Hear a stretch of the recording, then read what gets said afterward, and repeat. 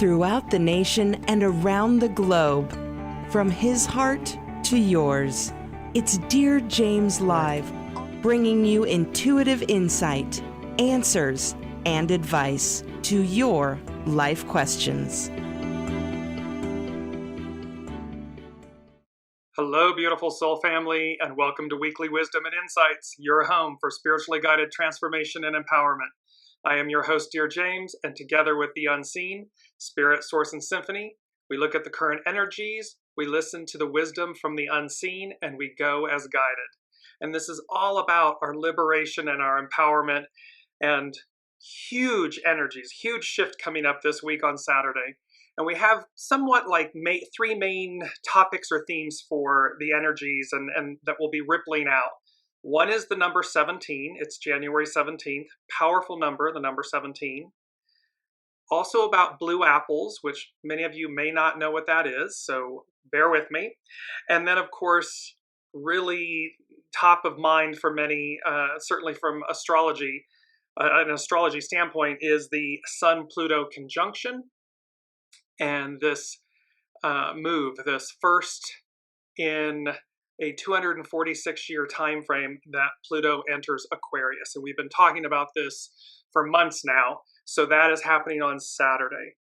So let's jump in. And as you're joining from around the globe, say hello, put a shout outs in the comments. And remember that I incorporate your comments and questions live and throughout the broadcast. So to no further delay, here's what we're looking at. Let's look at the main energies. So the main energies this week, it's 1/17/2024. All month long, the creative force, it's to initiate. And it's about initiating change and influence and our authentic selves. 17, this powerful number of 17, it's about following, be led, show by example. And following isn't like following others in that sense per se. It's about following your soul source connection, your intuitive knowing, because that is your soul connection. And thereby it's guiding you to a higher experience, a higher example. It's an 8-year, 2024, all year long. It's an 8-year. It's about uniting, coming together. It's about the pieces of us, the shadow and the light, the purity of the void, the purity of the light. This unification coming together, as well as us then unifying with each other. Then we have the 1 and the 17 and the 7 of the 8 of the 2024 becomes a 25. Welcome, Deborah. And this was very interesting because, of course, normally in numerology, you add the single digits, which become a 16, which is about enthusiasm. And however, this time the unseen was guiding me to add the number, leave the number 17 whole and complete. And thus we get the 25. Welcome, Alicia. And it's about, 25 is about innocence and how we open to what is before us, what was before us and what is literally before us to come. And that it's innocence because 16, enthusiasm, innocence, it's to be childlike. And remember, in scripture, in Christian scripture, it says, to enter the kingdom of heaven, you need to be childlike. And childlike meaning innocent, pure, good, this type of energy and essence. And last but not least, the 25 or the 16 become a 7. Of course, that was last year's energy, 7. Army, correct discipline, that we have everything, we have this legion with us, whether it's earth angels or heavenly angels, the unseen. These are the energies that we are working with and that we have everything we need. At every moment of every day, we have everything we need. It's just about tapping into it. It's about the realization that that is true. It's not airy-fairy, pie in the sky. It's true. And all we need to do to invoke it, to connect with it, is to sit still and say, okay, God, source, symphony, higher power, what is it that I'm to do? What's the answer to this question or dilemma? It's connecting in a higher mind, higher octave. So these are the energies that we're working with. Now let's look, I'm going to jump ahead and tackle the big elephant in the room, and elephant meaning auspicious elephant. I mean, just gorgeous Sun-Pluto conjunct together. And they are at the very last degree. So coming up on Saturday, the 20th, the Sun and Pluto will be literally right next to each other like twins. And you're going to see a lot of doubles, twinning or doubles in the energies this week and what's rippling out. The point is, the Sun and Pluto on the 20th, about 2 o'clock-ish, 12:01,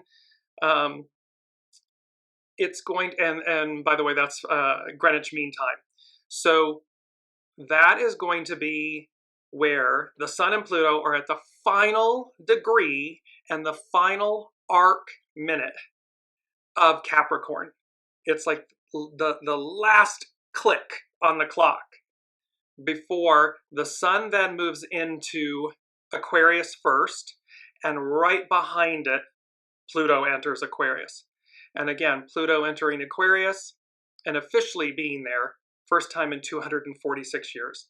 French and American revolutions, Industrial Revolution. So all of this liberation, freedom, advancement. So it's game changing. So this is from astrobutterfly.com. January 24 is quite a month. Pluto makes a very bold move into Aquarius. Can we emphasize this ingress enough? Question mark. Making a very important shift from the Capricorn to the Aquarius sector of your natal chart, of your birth chart, of our human experience. As above, so below. Things are very interesting indeed, since the first 3 weeks of January are very heavy in Capricorn energy, Earth energy, with Sun, Mars, Mercury, and then later Venus in Capricorn. But then on Saturday, January 20th, 2024, everything seems to change when Pluto and the Sun move into Aquarius. They go on to say, as I get to it here, as the Sun conjuncts Pluto at 29 degrees, 59 minutes, arc minutes, in Capricorn. This is the last degree and the last second of the sign of Capricorn. This is literally the very end of the sign of Capricorn. Sun and Pluto enter hand in hand into the sign of Aquarius. This is big. The Sun-Pluto conjunction will give us clarity around the major 15-year milestone we're completing. So think from 2009 to 2024, that 15-year cycle. It's a milestone that we're completing, as well as the upcoming 2-decade, 20 years, Pluto and Aquarius chapter of our lives. So this is, welcome Colleen, big shift, big time. It's and what's so beautiful, January 17th, 117, from a 2,000 plus year story, January 17th is huge in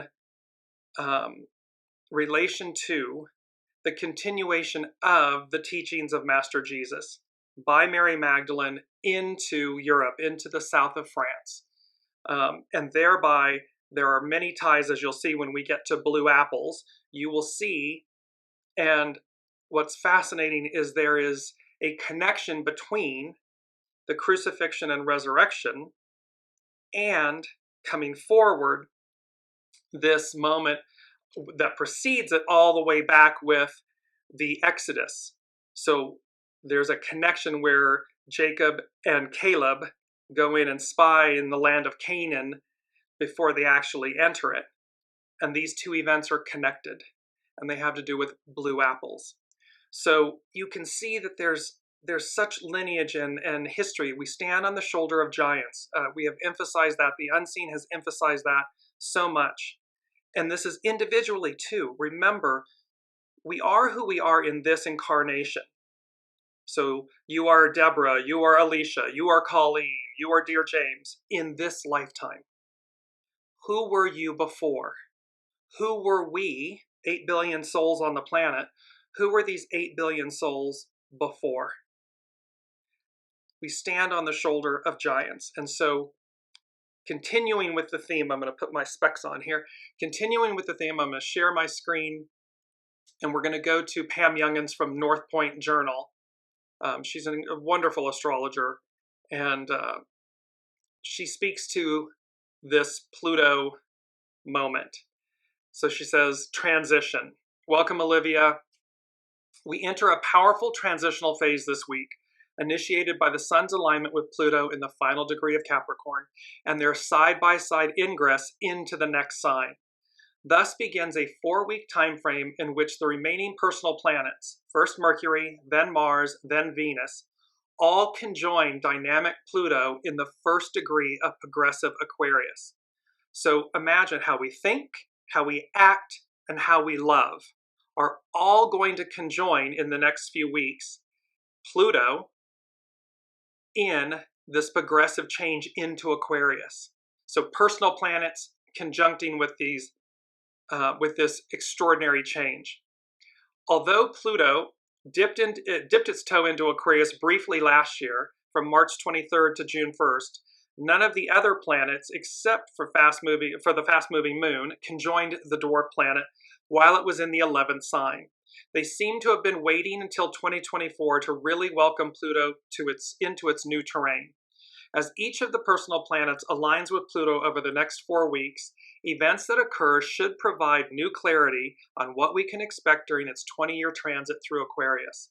So, from an astrologer's standpoint, there's a lot happening in these first 3 months, and then we have a Jupiter-Uranus conjunction that occurs in April. So really the first 4 months are like game-changing, setting a new tone, and where we're going and what we're to experience. And remember, Colleen and I had an exchange about this. Remember that there will be some, because they said to us, it's not going to be all smooth sailing, but that does not mean that the challenges, aka opportunities that may arise for us or come up, aren't beneficial. They are. They are always beneficial. And so just remember that to ebb and flow, to move with the energy, because it's Aquarius, it's air. So this is all about fluidity and movement and expansive change, raising us up to who we are. She goes on, Pam Youngins goes on to say, Pluto in Aquarius. Pluto has a very long journey around the sun, taking 248 Earth years to complete one orbit. The last time the planet of transmutation was in independent, rebellious Aquarius was from 1777 to 1797. History records that the American and the French Revolutionary Wars were fought during those years, resulting in major changes in the power structures within each country. In keeping with the Aquarian themes of individual and societal rights, published works included The Rights of Man by Thomas Paine and A Vindication of the Rights of Women by Mary Wollstonecraft. And astronomers discovered and named the idiosyncratic sideways spinning planet Uranus. Uranus, expect the unexpected. Aquarius, this liberation sign that represents, it's rebellious. It's breaking all the norms. It's advancing us. And then here's Pluto, the planet of transmutation. You get the story. You get the idea. And look at how it liberates the rights of man, the vindication of the rights of women. So we're talking about the advancement, the liberation of us, of humanity. And then here, the discovery of planet Uranus, which was given rulership of Aquarius by astrologers. During the Pluto in Aquarius years from 1532 to 1553, and it's fascinating because with astrology you can look back, and then with the historical record you can overlay the heavens, the stars, the planets over the history to see how it connects. Copernicus published his work entitled On the Revolutions of the Heavenly Spheres. This paper explained the scientists' controversial Aquarian theory that the Earth orbits the Sun, not the other way around. With this in mind, it is interesting to conjecture what revolutionary ideas will become accepted as fact over the course of the next 20 years. What galaxies, what life systems, what otherworldly beings may be discovered, will show up, they're present and they exist now. It's just to what degree do we see them? Are we open to see them? And how does this period in time accelerate that relationship and that awareness? From 2024 to 2044, while the planet named for the god of the underworld transits Aquarius, we expect to see major social reforms, new theories and revolutionary ideas, and life-altering advancements in technology, space travel, communications, and consciousness. Consciousness, higher mind, soul source connection, how we think, Mercury, how we think, Uranus, higher mind. And although Pluto's foray into Aquarius in 2023 was brief, there have already been significant revelations regarding the existence of intelligent life elsewhere in the universe. In the United States, Congress has passed an Unidentified Anomalous Phenomena, a UAP disclosure bill. Although the bill does not declassify all government documents about UFO sightings, it is one sign that a shift in mass consciousness is underway. And just a little footnote here, she goes on further down, she said, other dates to watch for more insights into the effects of Pluto in Aquarius are February 5th, where Mercury is conjunct Pluto, February 13th, Mars is conjunct Pluto, and February 17th, Venus conjunct Pluto in Aquarius. So these elements, these energies, this powerful shift takes place on Saturday. And again, it's a 20-year arc. However, we should begin to see significant change, significant shifts in world affairs, how we think, how we operate, what continues to collapse, the previous Piscean era, and what rises, what advances. And remember, we have this because it goes with the first item from the unseen. And they said, blowing the lid off of the past. So blowing the lid off of the past. The word resurrection with an exclamation point. And then I heard Imaji. So again, here's our image, Imaji. It's a Sumerian word, means return to the mother. And it literally represents the first mention of freedom, monomission, being released of debts. And so, of course, it is about to be in alignment with this. And yes, it's, as Colleen is saying, male energy, dominance, control.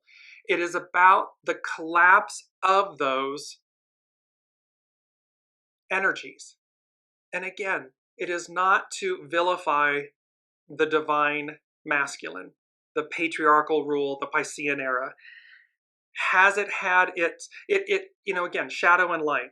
It has some of the best creative force, the ability to initiate, a healthy ego-mind personality. All of those are divine masculine aspects. It's only when those aspects fall into the shadow side of the divine masculine, the patriarch, that we get into trouble. Humans get into trouble. However, the era before us, the world before us, the one that came before and the one that's arriving, the one in front of us. Remember, when you look back Renaissance times, the troubadours, these poets and everything, the divine masculine revered the feminine. They revered them. There was a time where that was cherished, it was sacred. And thereby, there's a return to that form of divine patriarch, of chivalry and divine masculine and so forth. So we are cleansing Pluto, we're cleansing out Pluto and Capricorn, we're cleaning out the underbelly of things, the shadow of it, and we're coming into the light. So Well, Colleen is saying we don't have to. They are doing that themselves. Yes, of course, but we do, because we all play a role. And this is so vitally important. Stay centered. Just because you operate from a place of grace and discernment and responsiveness doesn't mean that you condone a lesser action. Just don't contribute to the lesser action as well.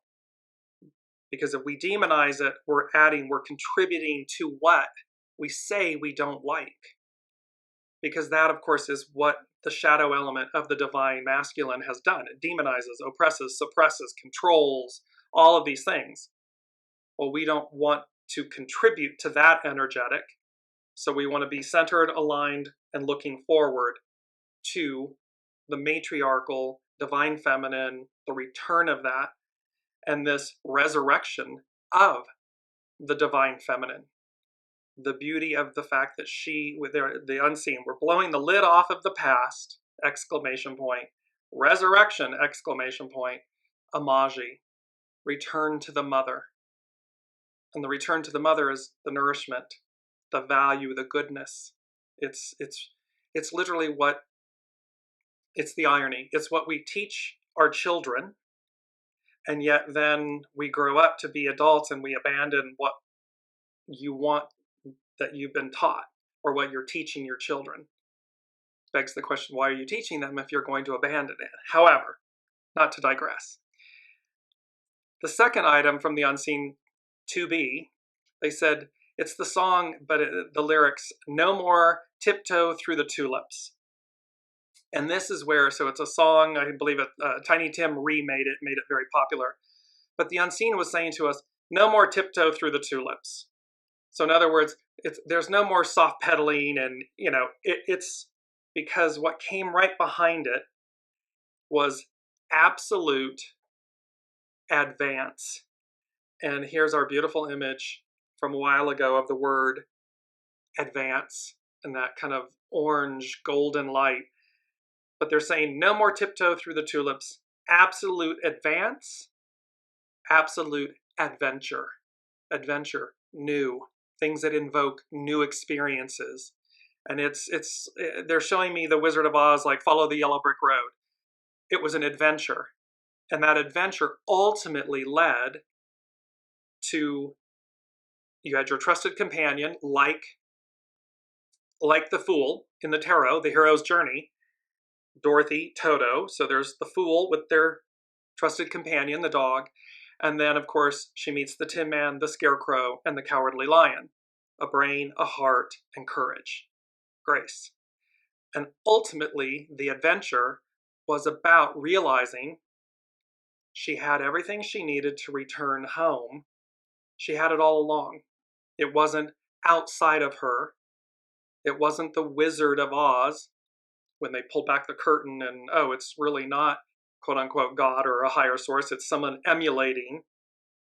And yet, oh, you've had it all along. It's internal. It's within us. That's that army, legions, correct discipline. We have it all. So let me move into our main theme. Our main theme is blue apples. The mystery surrounds us. And then the word Stargate, because you will see how blue apples most likely has to do with a Stargate, a way of moving between worlds, realms. But again, remember these blue apples all the way back to Exodus, before entering the land of Canaan, the land of milk and honey, and then the resurrection, the crucifixion, the resurrection of Master Jesus, and 117. So our main theme is blue apples. And it specifically has to do with January 17th. It is the feast day of St. Anthony. And this, and you'll see here in a minute, in the tiny village of Rennes-Les-CHATEAU in France, there is a mystery about a small parish and a small parish priest who purportedly stumbles upon a treasure that takes this little hamlet and its parish, church, and so forth from rags to riches, and unexplainably so. And how it ties back to what might be, quote unquote, that mystery treasure, this hidden treasure that has never been explained, that has been protected, and how that ties with Mary Magdalene and Master Jesus, purportedly their offspring, and a bloodline, and the Merovingian kings, the first kings of France, the Merovingian kings of France, and this ongoing lineage of what's considered royal blood, meaning of Master Jesus and Mary Magdalene and their offspring. It's very fascinating. And these blue apples, in this church, there is a window. It's called the Lazarus window. And on January 17th, today, at noon, the sun arcs through the window, pierces the window, and blue orbs form all around the head of Master Jesus on the altar in this church. They also appear other places, obviously as the sun shifts. But in essence, the point that they're making, and this church, by the way, it's a Catholic church, and it is probably the most heretical, and yet stands to this day. So it's quite interesting that these blue apples, these blue orbs, form around the crown of Master Jesus in this church. So this is our main theme. I'm setting up the story and then we'll go into it deeper.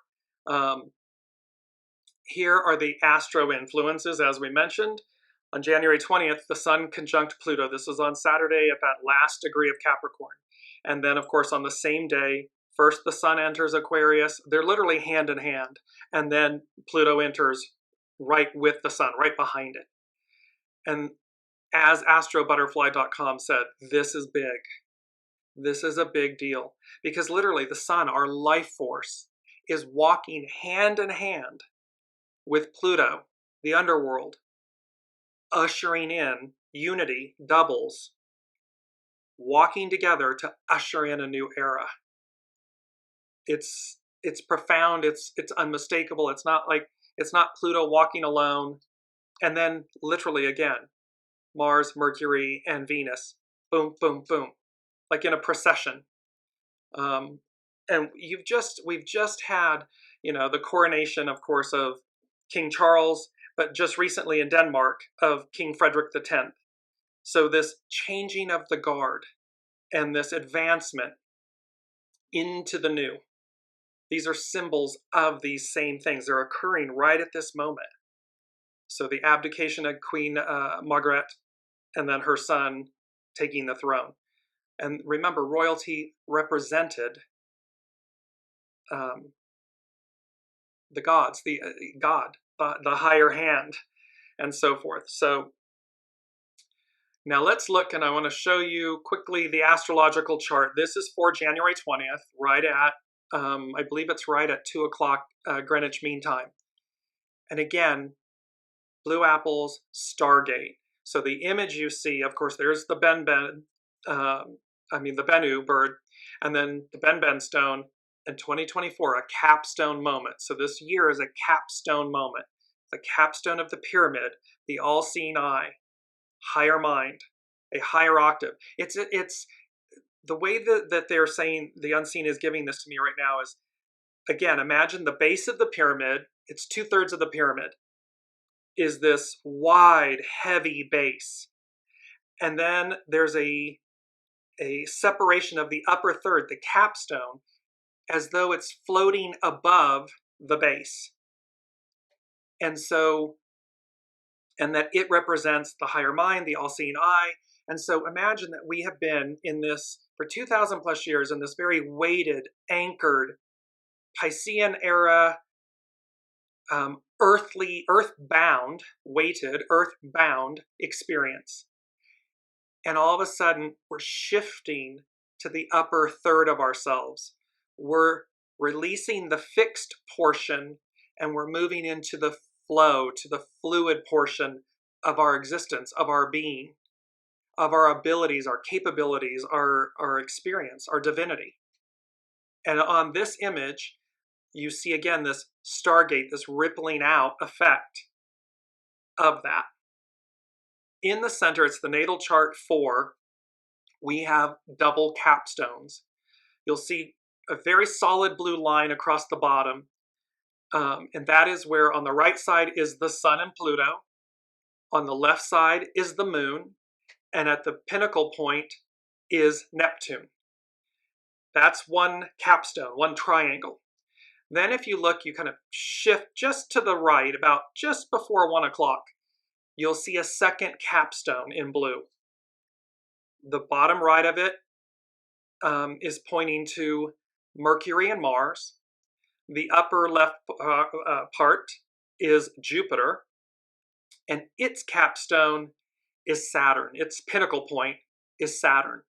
So we have double, and it was number 4 and foundational. The unseen said, boom, double boom, a double capstone moment. Thereby, their meaning, it's like what they're talking to us about here is like double shifts, double advancements at play.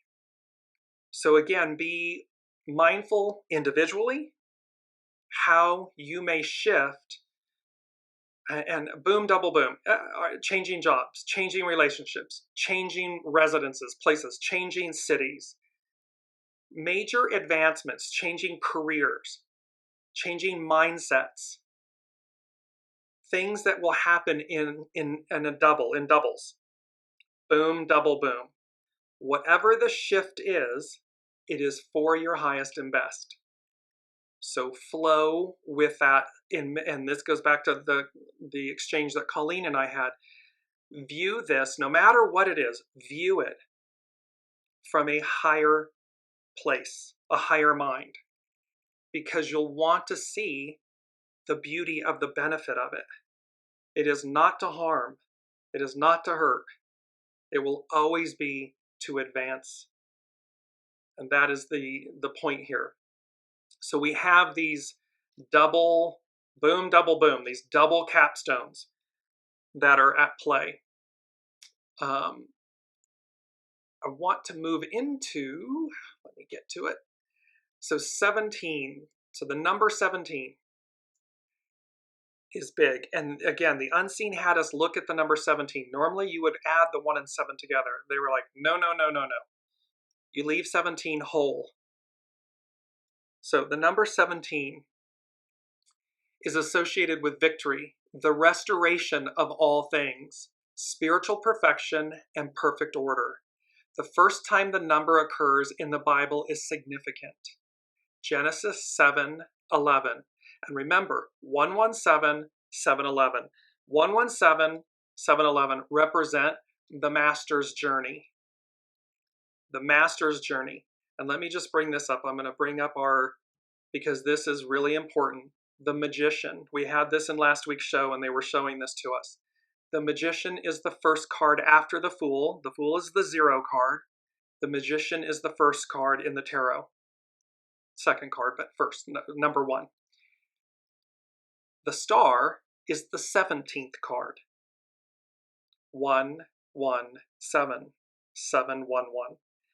And they are saying to us, the unseen is saying to us, this is about spiritual perfection, perfect order, this time, this restoration of all things. And something I missed in the show the other week, and I just saw it, and we had talked about the Ouroboros. When you look very closely at the belt that the magician is wearing in the tarot, it is a serpent eating itself. It's the Ouroboros. So it's literally a belt, an Ouroboros belt. And again, the magician, as above, so below, and all, you have everything you need. You have the pentacles, you have the cups, you have the swords, you have the wands, you have the beautiful lilies and roses, all of the nourishment and everything. You have the infinity symbol. It demonstrates our divinity. and it demonstrates our ability to manifest, to create with, in harmony with, as above, so below, harmony. And then the star, she is literally pouring soma, wisdom, divine soma, divine wisdom, into the waters of life, into the earth. And it is that star, and the star that's above her head, the bright gold star, is the star that is in the lantern of the hermit. So it literally illuminating our steps forward. So I just wanted to bring this up because it is Olivia saying, I did see the serpent eating itself. That is how it is not that it's associated with evil. It's about the continuity, the evolution of things, where it consistently reincarnates itself. Evolution. In certain aspects, it can speak to that, but its main meaning is not about evil. It is about evolution, incarnation, reincarnation, the evolution, the continuity of our evolution. So to go on with, so number 17, and it says, Genesis 7:11, in the 600th year of Noah's life, in the second month, the 17th day of the month, on that day, all the fountains of the great deep were broken up, and the windows of heaven were opened. Then the ark rested in the 7th month, the 17th day of the month, on the mountains of Ararat. So 17 is representing this very importance in terms of, from a Christian perspective and telling, but remember, the Bible is based on Judaic, which is based on Sumerian, Egyptian, Sumerian. And so it goes on to say that, in essence, God prevailed over the sinners of the earth when wiping away the sin that was there because of the deluge, the flood. The earth was restored, and God returned the earth to perfection. It goes on to say that Master Jesus was resurrected on the 17th.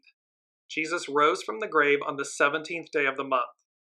We know this because Passover is on the 14th day of the first month on the Hebrew calendar. On the 14th day of the first month is the Passover of the Lord. Jesus died on Passover. For indeed, Christ, our Passover, was sacrificed for us. Then they led Jesus from Cephas to the praetorium, and it was early morning. But they themselves did not go into the praetorium, lest they should be defiled, but that they might eat at the Passover. But you have a custom. This is Cephas. But you have a. I'm sorry, not Cephas. It'll come to me. Sorry. But you have a custom that I should release someone to you at Passover. Do you therefore want me to release to you the King of the Jews? Now it was the preparation day of the Passover, and about the 6th hour. And he said to the Jews, Behold, your king.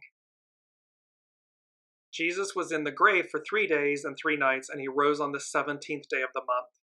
He had victory over death and conquered death by rising on the 17th day.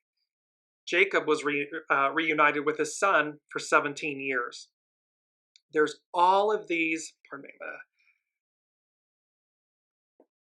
there are all of these biblical references, pardon me, to the power of the day of the 17th and to the restoration, the resurrection, pardon me, these things that are very important about the day of the 17th. It's winter time, everyone. I apologize. Tickle in my throat. So as you see, the number 17 is about follow, be led. Our greatest example from a Christianity standpoint is the crucifixion and resurrection of Master Jesus, and the example being set. Follow, be led, show by example. And about restoration, about the purity of, And this is what we've been all talking about. It's about being aligned, be ready. Let me just go to that because it's number 6. The unseen gave us 6F, faith. And they said, a higher plane of existence exists. Heed the call, align, go. So again, blue apples, an orb, a stargate, a higher plane of existence exists. Heed the call, align, go. Let me move to blue apples because I want to bring all of this in and tie it together for you because it's a lot, and yet it's so profound. And there we go. So, and this is from William Henry, and William Henry is a Nashville-based author, investigative mythologist, and TV presenter.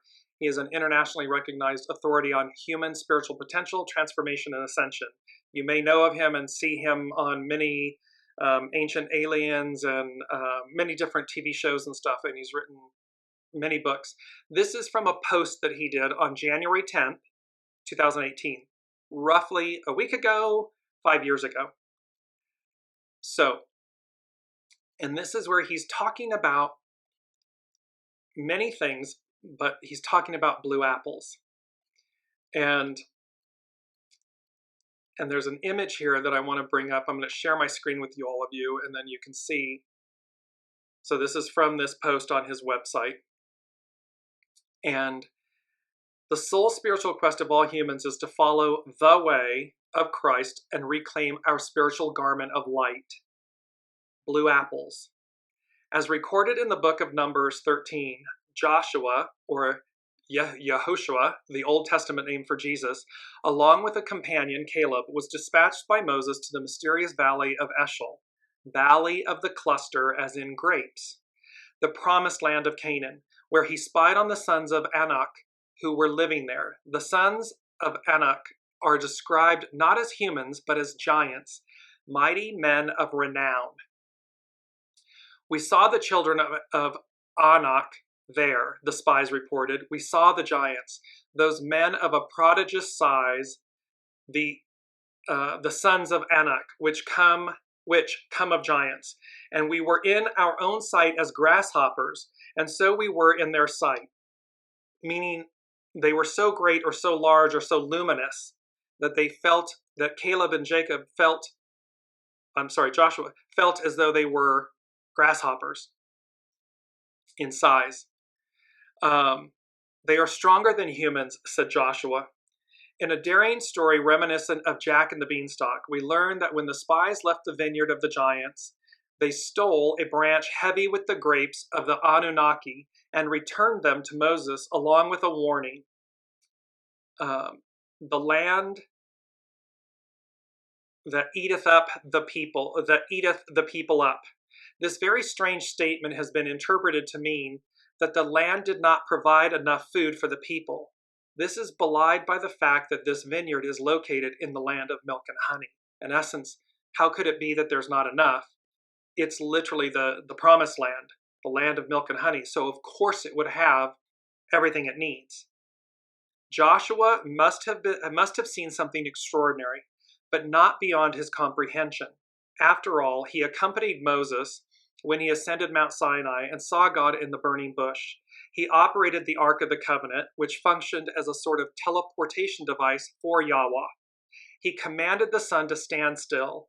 He succeeded Moses, who was trained in all the wisdom of the Egyptians, as leader of the Israelites. With his esoteric background, Joshua must have been using a shorthand term Moses would have understood when describing what he saw at Eshcol.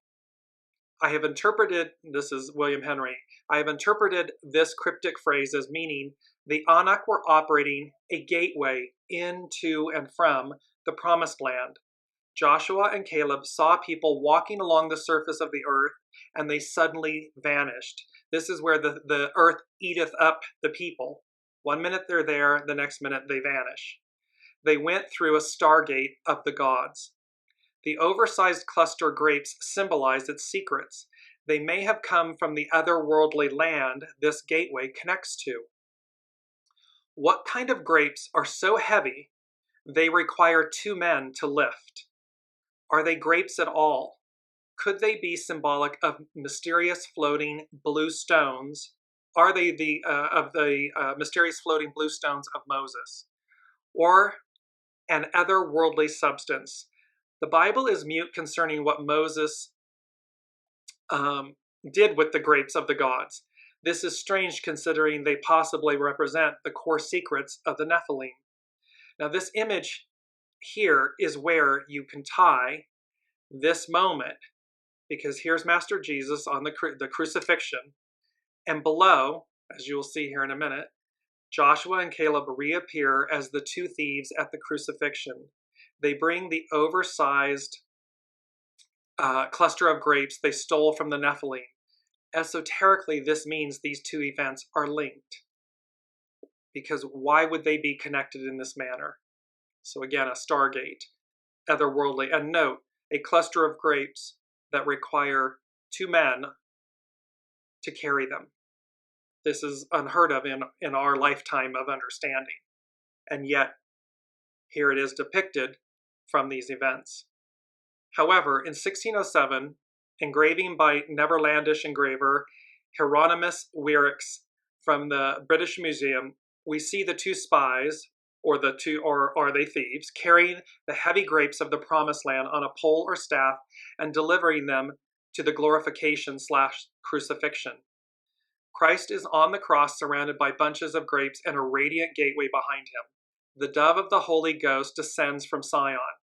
What are these grapes doing at the crucifixion, unless they are the keys to the Stargate?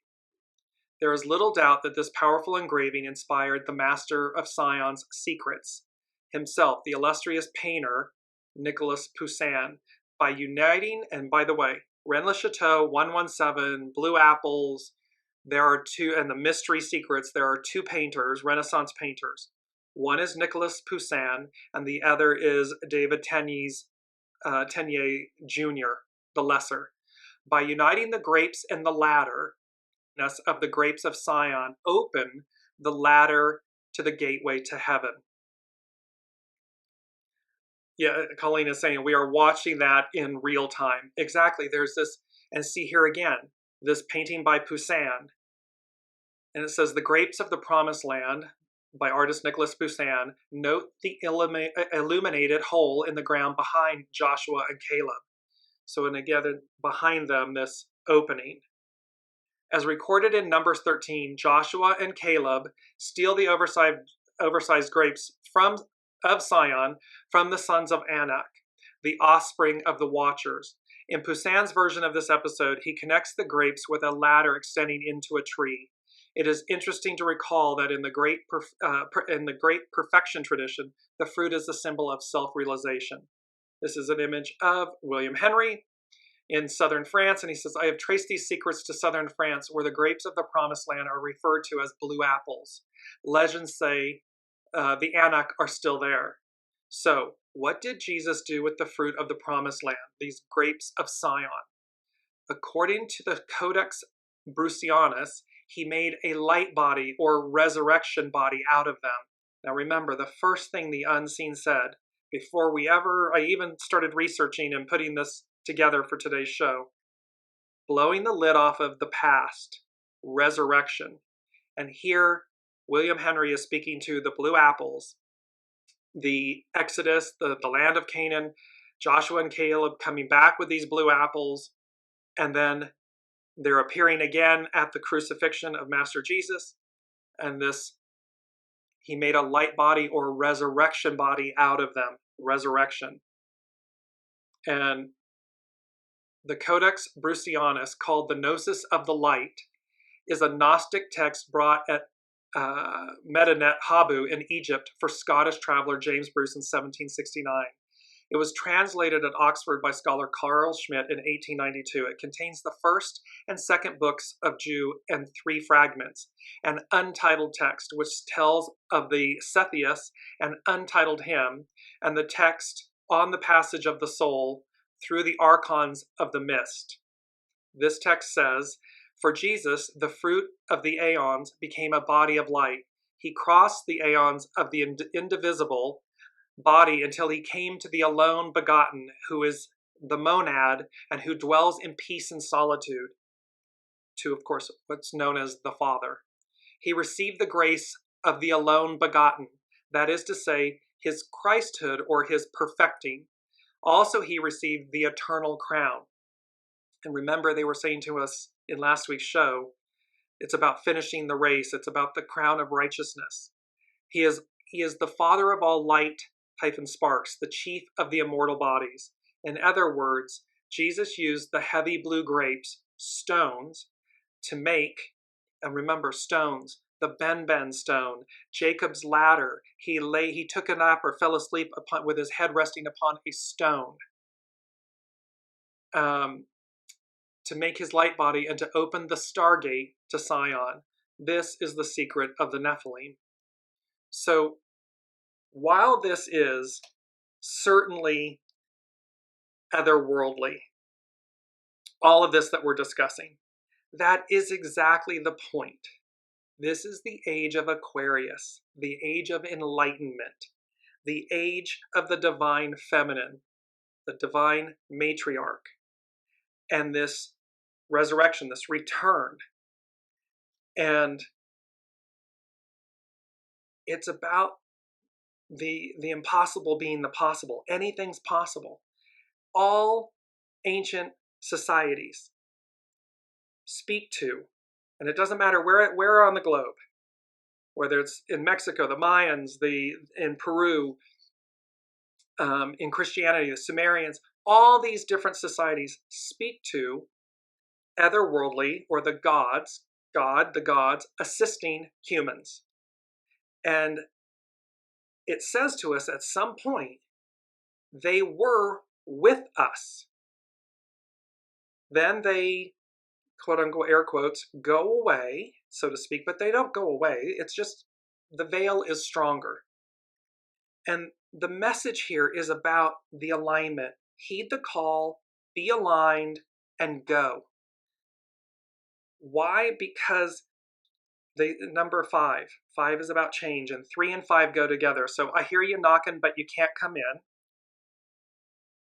which I didn't tell you all. So I hear you knocking, but you can't come in is number 3. And then I heard the word peace, and then immediately followed by the song by Kelly Clarkson, Piece by Piece. And the song is about, in this instance, what they're saying is, piece by piece, you collected me up off the floor where you abandoned things. Piece by piece, you made me believe again in man and in the Father who would stay. I'm paraphrasing the lyrics.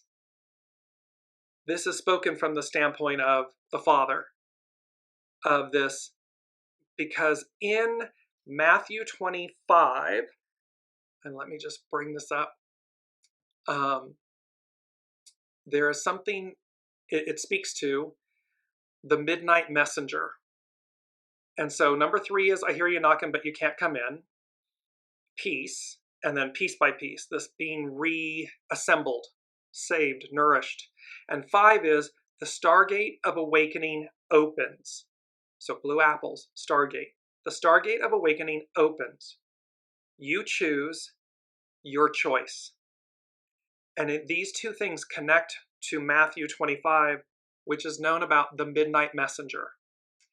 And it says, then the kingdom of heaven shall be likened to 10 virgins who took their lamps and went out to meet the bridegroom being Master Jesus. Now 5 of them were wise and 5 were foolish. Those who were foolish took their lamps and took no oil with them. But the wise took oil in their vessels with their lamps. But while the bridegroom was delayed, they all slumbered and slept. And at midnight, a cry was heard. Now, we have talked about midnight, at the strike of midnight. That has been in the shows for the last 2+ years. Behold, the bridegroom is coming. Go out to meet him. Then all those virgins arose and trimmed their lamps. And the foolish said to the wise, give us some of your oil, for our lamps are going out. But the wise answered, saying, no, lest there should be not enough for us and you, but go rather to those who sell and buy for yourselves. They hadn't done the works. They were being foolish. They weren't aligned. They weren't ready. They weren't in alignment with divinity, the divine feminine, the arc of destiny. And so the wise said to the foolish, no, go find it for yourselves. Go do the works. Go purchase it. And while they went to buy, the bridegroom came. And those who were ready, went in with him to the wedding, and the door was shut. Afterward, the other virgins, the 5, the foolish, came also, saying, Lord, Lord, open to us. But he answered and said, Assuredly, I say to you, I do not know you. Watch, therefore, for you know neither the day nor the hour in which the Son of Man is coming. And remember, yes, this can speak to the end times, and it can speak to, but remember, it's about a whole new order, a whole new way, the end of a time, the end of an era, and the beginning of a new one. And are you caught up? Are you part of the wedding, the glory? Or are you unprepared, foolish, and don't have everything you need because you were looking in the wrong place? You weren't, or you didn't believe, or whatever it may be. I know these are big, heavy topics, and I apologize in the sense that it is putting a lot together. However, it's that big. It is this big shift for humanity, for the time, the era, and the things that have been spoken to for millennia. And this has been a part of our journey in the Weekly Wisdom and Insights and our soul family. They, the unseen, Spirit, Source, and Symphony, have been preparing us for this. And they keep reflecting this higher truth. And for us to align and empty our vessels and be pure about the way we go about life. Don't sweat the small stuff, so to speak. And how we focus and place our energy. Where are we placing our focus? Do we have the oil in our vessel along with our lamp? Ready to go, ready to move forward, ready to ascend in that sense. Last but not least, our mantra doubles. 2 sheep. Innocence reborn. Innocence released. Innocence reborn, childlike, that enthusiasm to be childlike, and this adorable image, in my humble opinion, the adorable image of these 2 infant sheep, and then innocence released, meaning to permeate outward, to embody it so as to emit it, release it. That is our mantra, innocence reborn, innocence released. And to keep in mind again, because they wanted me to bring this up, it was the mantra from last week's show, slow and steady wins the race. It is to stay focused because again, the hare taking the nap representing the fools, running around, getting distracted, arrogance, hubris, thinking that they know all, and so forth, only to be overtaken, only to lose, to be overtaken, to be left out of the party, out of the wedding. Because slow and steady wins the race. Grace, humility wins the race. Love wins the race. Love conquers all. That, and last but not least as well, our quote, double apples, golden apples, apples representing wisdom. I'll come to that, Colleen. When you return from the darkness with gold, others will naturally follow. It's so important to remember. People don't follow intimidation and fear and so forth. I mean, they do in a sense, but it's not natural. It's not innate. It's a shadow element. People endear themselves to great leaders. 17, follow, show by example, that demonstrate noblesse oblige, nobility, chivalry, kindness, goodness. They will go to the ends of the earth for someone who empowers them, liberates them, rises them, instills the best in them, encourages that. And note the difference. We all have experienced this in our own lives, that truth. The difference between someone that leads by example with such grace and humility and empowerment in that way, that's building people up to be their very best, versus someone who's just completely breaking people down. They're two different experiences. And the unseen is saying to us, a higher plane of existence exists. Heed the call, align, go. The Stargate of awakening opens. It's your choice. You choose to not be left out of the party. Colleen is saying slow and steady is brutal as an Aries. Yes. However, what's so beautiful about Aries being the first out of the gate is they have the creative force. They have all the initiative and drive.